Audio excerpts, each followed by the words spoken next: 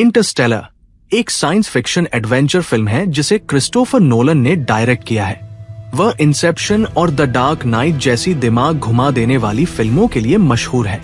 इस फिल्म के मुख्य अभिनेता मैथ्यू मैककॉनहे हैं, जो कूपर का किरदार निभाते हैं। अन्य खास कलाकारों में एनी हैथवे, डॉ ब्रांड और जेसिका चैस्टेन, मर्फ शामिल है। ये फिल्म अंतरिक्ष यात्रा, विज्ञान, भावनाओं और एक पिता और बेटी के प्यार की अनोखी कहानी है। कहानी भविष्य की है, जब पृथ्वी रहने लायक नहीं रह गई है। चारों तरफ धूल भरी आंधियां चल रही हैं, फसलें खराब हो रही हैं और इंसान भूख से जूझ रहे हैं। ऐसा लगता है कि अब धरती इंसानों को छोड़ रही है। कूपर एक समझदार आदमी है जो पहले पायलट था, लेकिन अब वो किसान बन चुका है। वो अपनी बेटी मर्फ और बेटे टॉम के साथ रहता है।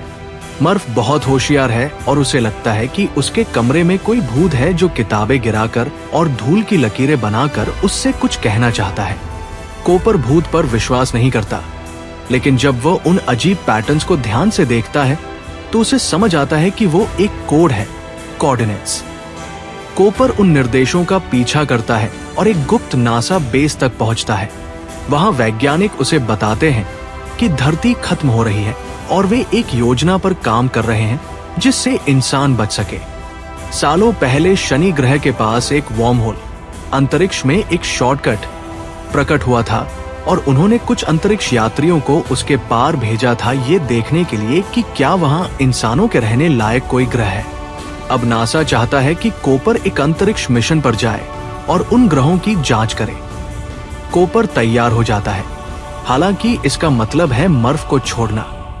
मर्फ बहुत दुखी और गुस्से में है, लेकिन कूपर वादा करता है कि वह लौटेगा। हालांकि मर्फ को उस पर भरोसा नहीं होता।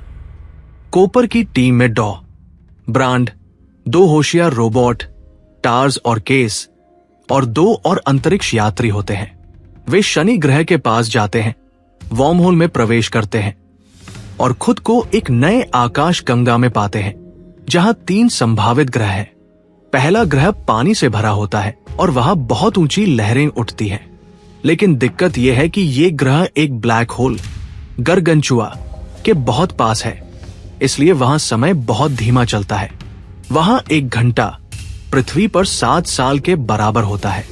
एक छोटी सी देरी के कारण वे कुछ घंटे वहां रहते हैं, लेकिन जब वापस आते हैं तो पता चलता है कि पृथ्वी पर 23 साल बीत चुके हैं। कूपर दुखी और हैरान होता है। उसके बच्चे उसके बिना बड़े हो चुके हैं। दूसरे ग्रह पर वे डॉ मैन नाम के वैज्ञानिक से मिलते हैं, लेकिन वह झूठ बोलता है। वह मरना नहीं चाहता था, इसलिए उसने झूठ कहा कि ग्रह रहने लायक है। वो भागने की कोशिश करता है, लेकिन एक धमाका कर देता है जिससे कूपर और टीम की जान खतरे में पड़ जाती है। मुश्किल से बचकर अब उनके पास बस एक मौका बचता है, ब्लैक होल के गुरुत्वाकर्षण का इस्तेमाल करके डॉ ब्रांड को तीसरे ग्रह की ओर भेजना। लेकिन दोनों को भेजने के लिए ईंधन नहीं होता, इसलिए कूपर एक बहादुर फैसला करता है। वो खुद ब्लैक होल में गिर जाता है ताकि ब्रांड आगे जा सके। अब आता है फिल्म का सबसे चौंकाने वाला और मजेदार हिस्सा। कूपर मरने की बजाय एक अजीब जगह पर पहुंचता है जिसे टेसरैक्ट कहा जाता है। ये एक 3D कमरा है जहां मर्फ के कमरे के हर पल को देखा जा सकता है। उसे समझ आता है कि मर्फ के कमरे में जो भूत था वो खुद वो ही था। वो गुरुत्वाकर्षण के जरिए किताबें गिराकर और घड़ी की सेकंड की सुई से मोर्स कोड के जरिए मर्फ को जानकारी भेजता है। मर्फ अब बड़ी हो चुकी है और एक महान वैज्ञानिक बन चुकी है। वह कोड समझ जाती है और धरती से लोगों को बचाने का हल खोज लेती है। ये फिल्म सिर्फ कल्पना नहीं है। नोलन भाइयों ने असली वैज्ञानिक किप थॉर्न के साथ मिलकर काम किया ताकि ब्लैक होल, वर्म होल और टाइम ट्रैवल असली विज्ञान के करीब लगे। इस फिल्म का मकसद सिर्फ मनोरंजन नहीं था, बल्कि ये दिखाना था कि इंसान की भावनाएं और विज्ञान साथ चल सकते हैं। आखिर में कूपर एक बड़े स्पेस स्टेशन पर जागता है जिसे कूपर स्टेशन कहा जाता है, जिसका नाम मर्फ के नाम पर रखा गया है।